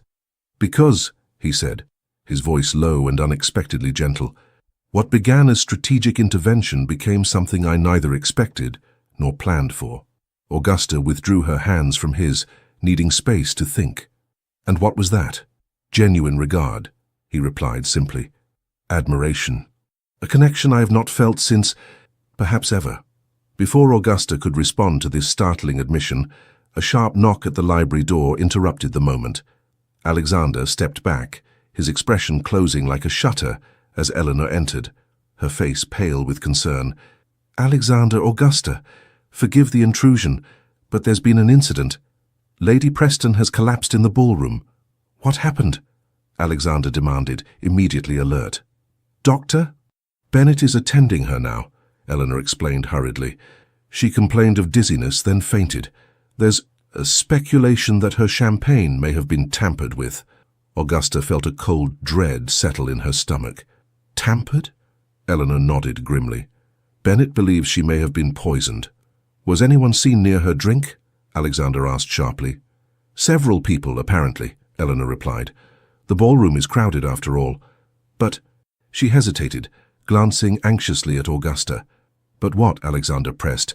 "Lord Everley claims he saw Augusta speaking with Lady Preston shortly before the incident, and apparently several guests noticed Augusta bringing Lord Blackwood to the library just minutes later." Alexander's expression darkened. "Implying what exactly?" Eleanor wrung her hands. "There are whispers, Alexander, suggestions that perhaps Augusta had reason to silence Henrietta after their conversation, and that she might have enlisted Blackwood's help." "That's preposterous," Augusta exclaimed. "Lady Preston was perfectly well when I left her." "Of course it's absurd," Alexander agreed, his voice cold with anger. "Where is Everley now?" "With Sir William," Eleanor said. "He arrived unexpectedly just after Henrietta collapsed. They're both with Bennett in the blue drawing room." Alexander turned to Augusta, his expression grave. "This is no coincidence. Preston's sudden return, Everley's accusations, Henrietta's mysterious illness. It's all connected." "Connected to what?" Augusta asked, though she feared she already knew the answer. "To us," he replied simply. "To whatever is developing between us. Someone is determined to prevent it, by discrediting you, frightening you away, or worse." Eleanor looked between them, comprehension dawning on her face. "Alexander, you don't think—" "I think," he interrupted, "that we need to speak with Preston and Everley immediately. Eleanor, please return to the ballroom. Assure our guests that Lady Preston is receiving the best care and that the evening will continue as planned." As Eleanor departed, Alexander turned back to Augusta. "You should return to the ballroom as well. The last thing we need is for you to appear to be hiding." Augusta lifted her chin. "I prefer to accompany you. If I'm being accused, even obliquely, I have the right to confront my accusers." A flash of admiration crossed his face. "Very well, but stay close to me and say nothing unless directly addressed. Preston is dangerous when cornered." Together they made their way through the mansion's corridors to the blue drawing room. Inside they found Sir William Preston pacing before the fireplace, his florid face mottled with rage or concern, perhaps both. Lord Everley stood by the window, while Dr. Bennett examined a pale, semi-conscious Henrietta on a chaise longue. "Cavendish," Preston snarled as they entered. "What the devil is happening in your house? My wife has been poisoned." "We don't know that for certain," Bennett interjected, looking up from his patient. "Lady Preston's symptoms could indicate several conditions." "She was perfectly well until she drank that champagne," Everley insisted. "Champagne served at your instruction, Cavendish." Alexander's expression remained impassive. "Champagne served to over 300 guests, none of whom have reported illness. A curious poison that affects only one person, wouldn't you say?" Preston's gaze shifted to Augusta, his eyes narrowing. "Perhaps not the champagne itself, but what was added to it. I understand Lady Augusta was seen speaking with my wife shortly before she collapsed." Augusta stepped forward, ignoring Alexander's warning glance. "As were dozens of other guests, Sir William. Lady Preston and I exchanged brief pleasantries, nothing more. And then you hurried off to a private meeting with Blackwood," Everley added silkily. "Most curious timing." "Lord Blackwood was causing a disturbance," Augusta replied evenly. "I merely removed him from the ballroom to prevent embarrassment. The Duke joined us moments later." "A convenient explanation," Preston muttered. Alexander moved to stand beside Augusta, his presence solid and reassuring. "Sir William, your insinuations border on slander. Lady Augusta is above reproach, as anyone who knows her can attest." "And how well do you know her, Cavendish?" Preston challenged. "You met barely a month ago, yet suddenly she co-hosts your events. visits your home unchaperoned, and appears to have remarkable influence over you. One might wonder what hold she has established so quickly. Augusta felt heat rise to her cheeks at the implied impropriety, but before she could respond, Dr. Bennet rose from Henrietta's side. "This accomplishes nothing," he said firmly. "Lady Preston needs rest and quiet. Whatever the cause of her indisposition, this interrogation serves only to delay proper treatment." "And what is your diagnosis, Doctor?" Preston demanded. Bennet hesitated, glancing at Alexander. "I cannot be certain without further examination, but her symptoms suggest possible belladonna poisoning. Dilated pupils, dry mouth, elevated pulse. Fortunately, the dose appears to have been small. With proper care, she should recover fully." "Belladonna," Everly repeated meaningfully. "A plant commonly found in English gardens, including perhaps the conservatory of this very house?" Alexander's jaw tightened. "If you have an accusation to make, Everly, make it plainly." "I merely observed that the means were readily available," the Earl replied with false innocence, "and that certain parties might benefit from Lady Preston's incapacitation." "Enough," Bennet interrupted. "Lady Preston requires quiet. I suggest she be moved to a bedchamber where she can rest undisturbed." Alexander nodded. "Of course. Eleanor's room is nearest. Sir William, you are welcome to remain with your wife. The rest of us should return to the ballroom before our absence generates further speculation." "I'm not leaving, Henrietta," Preston declared. "Nor would I expect you to," Alexander replied coldly. "Bennet, please see to Lady Preston's comfort. Everly, I believe your duties as escort are concluded for the evening." The Earl bristled at the dismissal, but could find no reasonable grounds for objection. With a stiff bow to Augusta and a meaningful glance at Preston, he departed.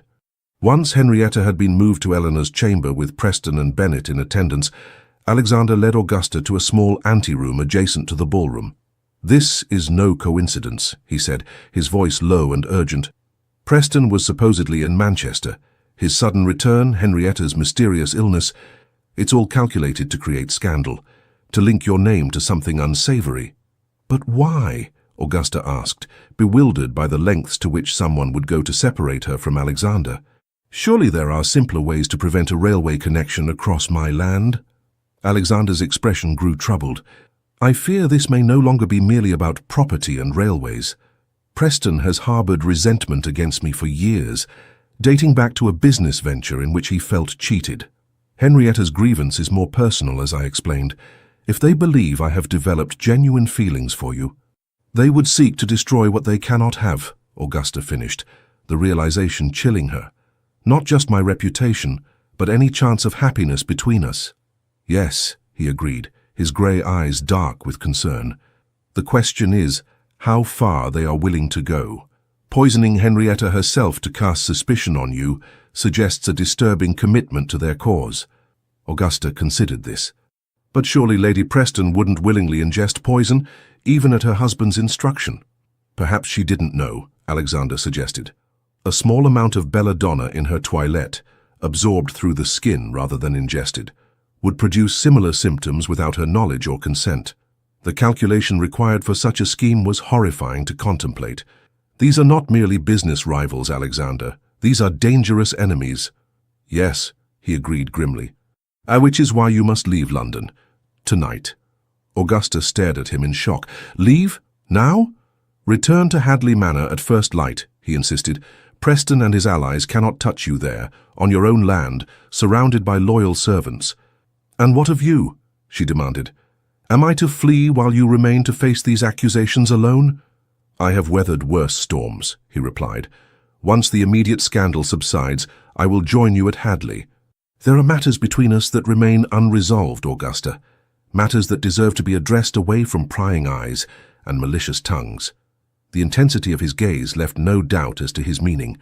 Augusta felt her heart quicken, but practical concerns intruded on the moment. "My reputation may already be compromised," she pointed out. "Leaving suddenly will only appear to confirm my guilt." "Your cousin will accompany you," Alexander countered. "They planned return to Hampshire for family matters. Eleanor will ensure the proper story circulates." Augusta could see the logic in his plan, yet something in her rebelled at the thought of retreat. I dislike running from false accusations. It is not retreat, he said firmly. It is strategic repositioning. At Hadley you hold the advantage. Preston and his allies will be forced to approach on your terms if they dare approach at all. Before Augusta could respond, the anteroom door opened and Eleanor appeared, her face drawn with concern. Alexander, Augusta, you must come quickly. It's Lord Blackwood. He's been found unconscious in the garden. And there's a note that mentions Augusta. Alexander's expression hardened. What does it say? The widow danced with death. Now death claims another. Eleanor's voice trembled as she recited the ominous words. It was pinned to his coat. Alexander, what does it mean? It means, he replied grimly, that our enemies have grown bolder than I anticipated. Augusta, stay with Eleanor. I must see Blackwood myself. I'm coming with you, Augusta insisted. If my name is being used in this foul business, I have a right to know the truth of it. After a moment's hesitation, Alexander nodded. Very well. Eleanor, return to our guests. Say only that Lord Blackwood has taken ill and is being attended to. Nothing more. The garden, illuminated by strategically placed lanterns for the evening's festivities, held an eerie quality as they made their way along the gravel paths. Several footmen stood in a tight circle near the conservatory entrance, their faces grave in the flickering light.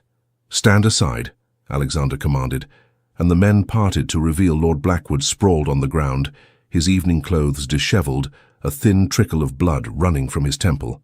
Doctor. Bennett knelt beside him, checking his pulse. How is he? Alexander asked tersely.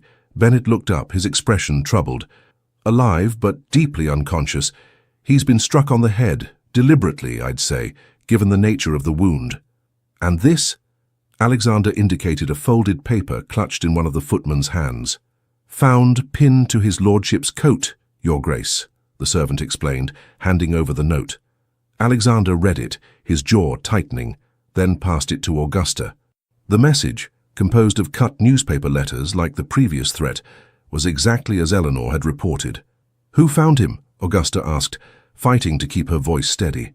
I did, Your Grace, replied one of the younger footmen. I was checking the garden lanterns when I saw someone lying near the path. Thought he might be a guest who'd had too much champagne, but when I approached...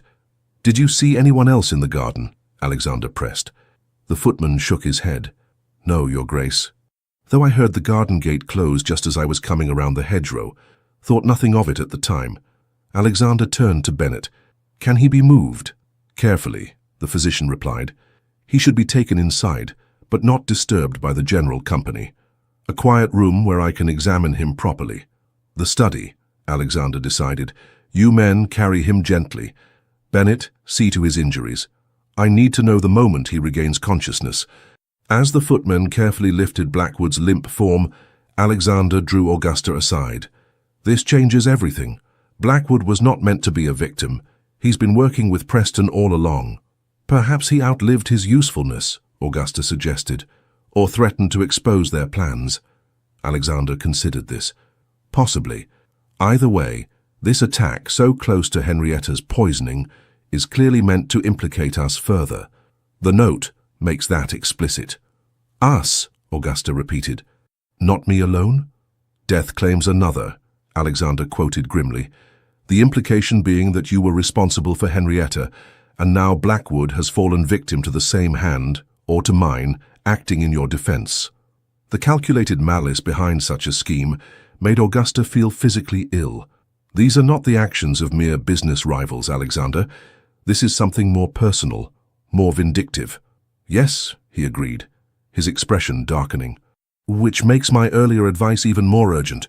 You must leave London tonight, not tomorrow. I'll make arrangements immediately. And leave you to face these accusations alone? I will not. Alexander took her hands, his grip almost painful in its intensity. Augusta, listen to me. Preston is capable of far worse than false accusations and staged accidents. If he truly believes you stand between him and his goals, whether those goals involve me, your land, or something else entirely, he will not hesitate to eliminate that obstacle permanently. The stark warning sent a chill through her. And what of you? Are you not equally at risk? Preston and I have been engaged in this dance for years, he replied. We understand each other's limits. You, however, are a new factor, one he has not yet measured fully. That makes you unpredictable to him, and therefore dangerous. Augusta recognized the logic in his argument, but her heart rebelled at the thought of abandoning him amidst growing scandal. If I leave now, it will appear as admission of guilt. If you stay, he countered, you may not have the opportunity to prove your innocence. Augusta, please, for once, set aside your courage and consider your safety. The rare plea, delivered with such evident concern, weakened her resolve. Very well, she conceded reluctantly. But I will not go to Hadley. It's too remote, and word of these events will reach Hampshire eventually. I have a small property in Derbyshire, inherited from my mother. Few know of its existence. I will go there instead. Relief softened Alexander's features. A wise choice. I'll arrange for a private coach to take you and your maid. Catherine must remain here to counter any suggestion that your departure was precipitous or suspicious. She will not like that, Augusta observed. She will comply when she understands the stakes, he replied confidently. Now we must return to the ballroom separately to avoid further gossip. Continue, as though nothing is amiss while I make the necessary arrangements. As they approached the house, Alexander paused, turning to Augusta with an expression of such intensity that it took her breath away. When this is resolved, and it will be resolved, there are matters between us that require addressing, matters of considerable importance to me. The implication was clear, and despite the danger surrounding them, Augusta felt a flutter of anticipation. To me as well, she admitted softly. His eyes held hers for a long moment, conveying feelings too complex for words. Then, with visible effort, he schooled his features back to the impassive mask of the Duke of Shadowmere. "Until Derbyshire, then," he said formally, though his eyes still burned with unspoken promise. "Until Derbyshire," she echoed, wondering if they were sealing a pact or a fate. The remainder of the evening passed in a blur of forced smiles and mechanical conversation.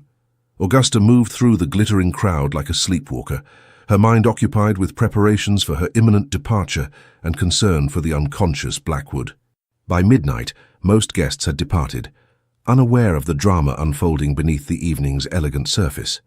Only the hospital committee members remained, gathered in the smaller drawing room, for a final tally of the funds raised. "Over £1,500, Eleanor announced triumphantly, her eyes bright despite the strain of the evening. A remarkable success by any measure. As the meeting concluded, Eleanor approached Augusta with a forced smile. "Alexander asks if you would join him in the library. There are some final matters regarding the fundraiser that require your attention." Augusta understood the pretext. "Of course. Please extend my congratulations to the committee for tonight's success." The library, dimly lit by a single lamp and the dying fire, held a somber atmosphere as Augusta entered. Alexander stood by the window, his tall figure silhouetted against the night sky. He turned at her approach, his face grave in the shadowed light. "Everything is arranged," he said without preamble. "A closed carriage will collect you from Catherine's townhouse at 4 o'clock. Your maid has been instructed to pack only essentials. The fewer who know of your departure, the better." Augusta nodded, a sudden weight of finality settling over her. "And Catherine?" "I've spoken with her.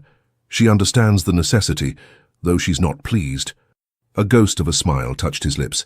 "Your cousin is a formidable woman when provoked." "She is protective," Augusta agreed. "As it seems, are you?"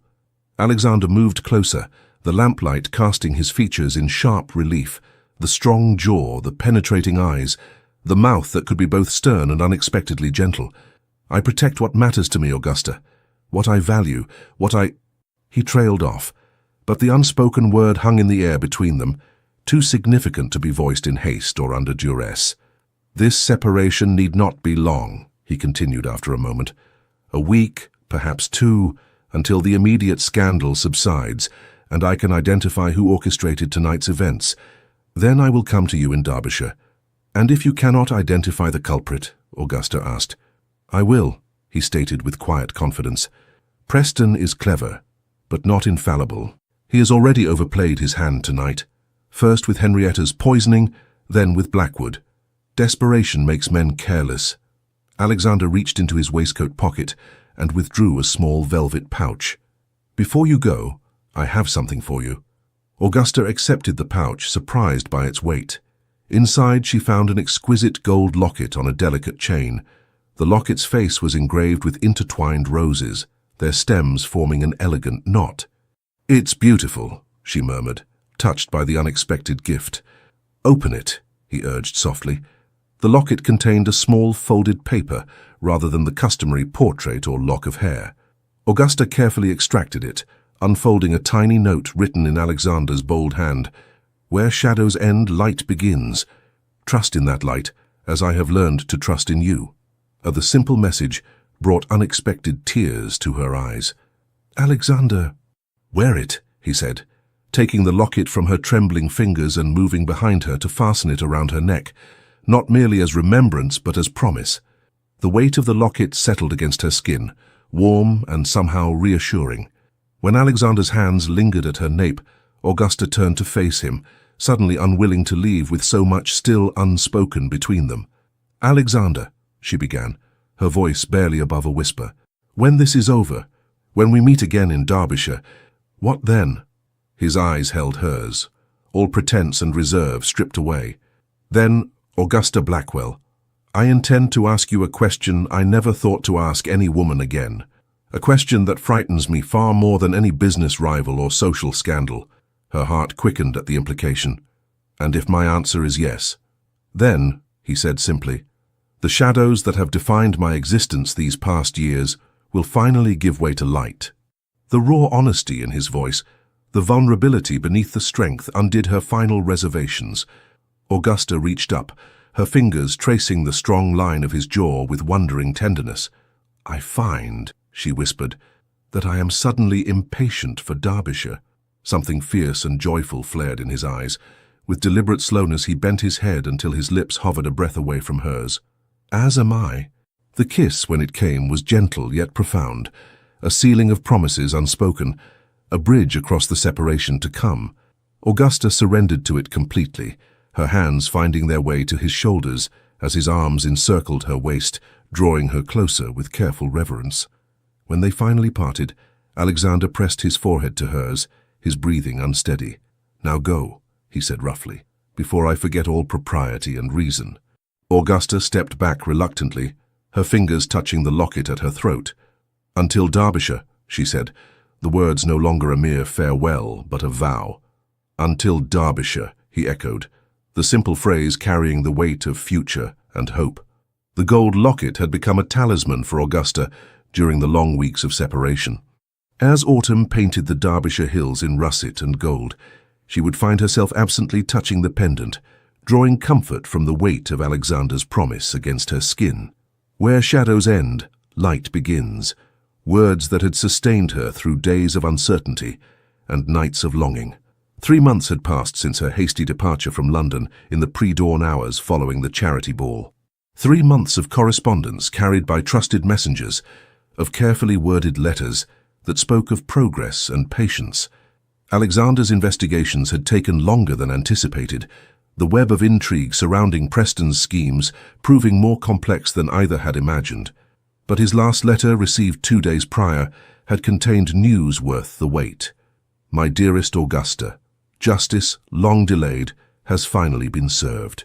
Preston faces ruin and disgrace, his schemes exposed through his own carelessness and the testimony of unexpected allies.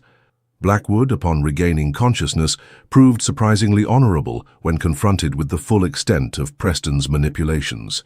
It seems he was as much pawn as conspirator, drawn into Preston's orbit through financial necessity rather than genuine malice. The evidence Preston had concealed, letters proving his deliberate sabotage of business rivals, including your late husband's shipping ventures, has been presented to the appropriate authorities. He will face charges of fraud and criminal conspiracy, charges from which even his considerable connections cannot shield him. With these matters resolved, I find there remains but one piece of unfinished business demanding my attention. I ride for Derbyshire on Wednesday, weather permitting, and hope to reach Rosewood by week's end. Until then, I remain yours in earnest anticipation, Alexander. Today was Saturday. If Alexander's journey had proceeded as planned, he might arrive at any moment. A prospect that filled Augusta with equal parts joy and trepidation. For while their letters had maintained the connection forged during those turbulent weeks in London, 3 months was ample time for hearts to cool, for priorities to shift, for promises to lose their urgency. Augusta stood at the window of the small drawing room in Rosewood Cottage, her mother's childhood home that had proven the perfect sanctuary, remote enough for safety, yet close enough to civilization for necessary comforts. Behind her, a cheerful fire crackled in the grate, warding off the October chill. A book lay abandoned on the nearby table, her morning tea grown cold beside it. For Augusta found herself increasingly distracted, her attention drawn inevitably to the road that wound through the valley below, the road from London. The sound of approaching hoofbeats drew her attention. A rider appeared on the road below, moving at a steady pace toward the cottage. Even at this distance, Augusta recognized the straight-backed posture, the confident handling of the magnificent black stallion. Her heart leaped to her throat as she pressed a hand to the window, as though reaching across the remaining distance between them. "Wilson!" she called, her voice uncharacteristically breathless. "A visitor approaches. Please prepare refreshments in the drawing room." Her lady's maid appeared in the doorway, a knowing smile on her weathered face. "Already done, Your Grace, and I've had fresh water brought up for you to refresh yourself should you wish it." Augusta smoothed her hands over her sage-green morning dress, simple by London standards but well-suited to country life. "Thank you, Wilson. That will be all for now." Alone once more, Augusta touched the gold locket that had not left her throat since that night in the Shadowmere library. Inside, Alexander's note had been joined by a pressed wildflower from the Derbyshire hills, a tangible reminder of the light he had promised would follow shadow. The cottage's small entrance hall echoed with the sound of the door knocker. Augusta moved to the drawing room doorway, listening as Wilson admitted their visitor.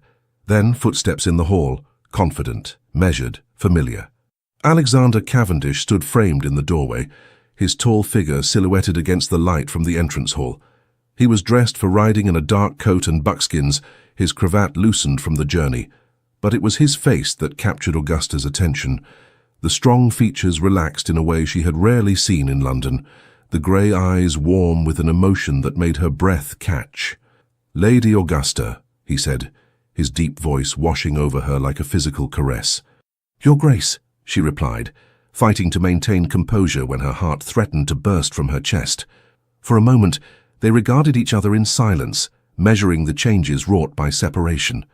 Then Alexander stepped into the room, closing the distance between them with deliberate strides. "I find," he said quietly, "that 3 months is an intolerably long time." "Interminable," Augusta agreed, a smile tugging at her lips despite her effort at dignity.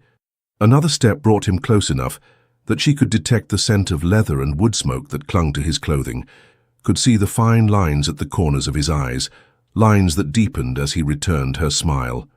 "You look well," he observed. "Derbyshire agrees with you. I have found peace here," she admitted, though not perhaps complete contentment. His eyebrow arched in silent question. "Contentment requires something more," Augusta explained, bold in a way she would never have been before London, before him. "Something I have been awaiting with considerable impatience." Understanding flared in his eyes, followed by a heat that quickened her pulse. "I believe," he said carefully, "I mentioned unfinished business in my letter." "You did," she confirmed. "Business of a significant nature, as I recall." Alexander reached for her hand, his touch sending a current of awareness through her. "May we sit? What I have to say deserves proper attention." Augusta allowed him to lead her to the small settee before the fire. Once seated, however, he seemed uncharacteristically hesitant, his customary confidence giving way to a vulnerability she had glimpsed only rarely. "I practiced this speech 100 times on the journey from London," he confessed with a rueful smile. "Yet now I find all my careful phrases inadequate." "Perhaps simplicity would serve better than eloquence," Augusta suggested gently. Alexander's eyes met hers, direct and unflinching. "Very well. Simplicity, then." He took a breath, his hand tightening around hers. "I love you, Augusta Blackwell. I believe I began to love you the moment you entered the Pembroke's ballroom, though I was too stubborn or too blind to recognize it immediately." The declaration, delivered with such straightforward honesty, stole Augusta's breath. Though she had hoped, had perhaps even expected such feelings, hearing them voiced with such clarity, was overwhelming. Our beginning was complicated by ulterior motives and external threats, Alexander continued, but what grew between us transcended those complications. In London, surrounded by danger and uncertainty, I discovered something I had thought lost to me forever: the capacity for trust, for hope, for love. He released her hand only to reach into his waistcoat pocket, withdrawing a small box of burgundy velvet. I come to you now without pretense or strategic purpose. I come simply as a man who has found his equal, his partner, his light after long darkness. Opening the box, he revealed a ring of exquisite craftsmanship, a central sapphire flanked by diamonds set in intricate gold filigree. "Augusta Blackwell," Alexander said, his voice steady despite the emotion evident in his eyes, "would you do me the honor of becoming my wife? Not for land or title or advantage, but for the simple, profound reason that I cannot imagine my future without you in it." Augusta looked from the ring to the man offering it, this complex, commanding man who had entered her life like a storm, yet now gazed at her with such vulnerable hope. In that moment, all doubts, all lingering questions dissolved like morning mist before the sun. "Yes," she said simply, her voice strong and clear despite the tears that threatened. "Yes, Alexander, I will marry you." Joy transformed his features, erasing years of care and shadow as he slipped the ring onto her finger. Then he was drawing her into his arms, his kiss a seal upon their promise, tender at first, then deepening with the passion they had held in check for so long. When they finally parted, Alexander kept her close, his forehead pressed to hers in a gesture that had become uniquely theirs. "I had thought to suggest a lengthy engagement," he murmured. "Time for society to adjust to the idea of the notorious Duke of Shadowmere taking a new duchess." Augusta smiled against his lips. "And what do you suggest now?" "Now?" His grey eyes gleamed with a happiness she had never seen in them before. "Now I find myself unwilling to wait a day longer than necessary. Christmas at Shadowmere, perhaps. A small ceremony, with only those we truly trust in attendance." "Christmas," Augusta agreed, her heart full to overflowing. "A fitting time for new beginnings." The wedding of Alexander Cavendish, Duke of Shadowmere, to Lady Augusta Blackwell took place on Christmas Eve at the chapel on the Shadowmere estate. Snow had fallen the night before, transforming the grounds into a glistening wonderland that seemed to reflect the joy of the occasion. Only a small gathering of trusted friends witnessed the ceremony: Lord and Lady Harrington, Dr. Bennet, Catherine and her husband, and a radiant Eleanor, whose health had improved markedly during her stay in Kent. To everyone's surprise, Lord Blackwood was also in attendance, his reconciliation with the Duke one of the more unexpected outcomes of the Preston affair. Augusta wore a gown of ivory silk embroidered with silver thread, her dark hair adorned with a coronet of white roses and holly berries. Alexander, resplendent in formal attire, watched her approach the altar with undisguised wonder, as though still amazed by the turn his life had taken. The service was simple, but deeply moving, the ancient vows exchanged with clear voices and unwavering commitment. When Alexander placed the wedding band beside the sapphire engagement ring on Augusta's finger, his hands were steady, his eyes alight with a happiness few had ever witnessed in the once forbidding Duke of Shadowmere. As they emerged from the chapel into the winter sunshine, their guests showering them with rose petals and good wishes, Augusta looked up at her husband with a heart too full for words. Alexander returned her gaze with equal emotion, his hand warm and secure around hers. "Happy, Your Grace," he murmured, using her new title with evident pleasure. "Completely," Augusta replied, squeezing his hand. "Though I believe true happiness is not a destination reached, but a journey shared." Alexander's smile deepened, his grey eyes bright with promise. "Then let us begin that journey together, my love, step by step, day by day, from this moment forward."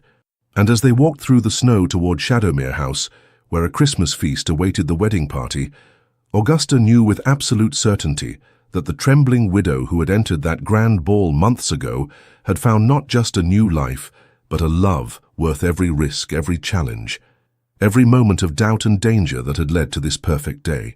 For sometimes, the most unexpected waltz leads to the most extraordinary journey, and the most feared duke proves to be the most beloved husband of all. The end. Dear listener, Tonight's story was not just about a widow and a feared duke. It was about second chances, about finding light after long years in the dark, about daring to love again, even when the heart is tired, wounded, or afraid. And perhaps, in your own way, you've lived through something similar. Loss, loneliness, betrayal. Change that came too fast, or not fast enough. But if this story reminds us of anything, it's this. Life does not end when things fall apart. Sometimes, that's when it finally begins again. It doesn't matter how old we are. It's never too late to be surprised by kindness. Never too late to feel seen or cherished or understood. And it's never too late to be deeply loved. So, as you lay down tonight, know that your journey still holds meaning. Your heart still has chapters left to write. You are not alone. You are not forgotten. And you are held by stories, by memories, and by the quiet strength that lives in you. May you sleep peacefully. May your body rest. And may your soul feel protected, cradled gently by something bigger than fear. With all our warmth and gratitude from Legends of the Fall, thank you for staying with us until the end.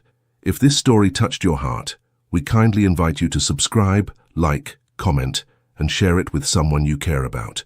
Your support, truly from the bottom of our hearts, helps us feel motivated to keep telling these deeply emotional stories, full of love, redemption, and unexpected twists that move us all. And remember, at the very end of this video, you'll see a suggested story from our channel. Click it, and let yourself be surprised by another heartfelt journey, just like this one.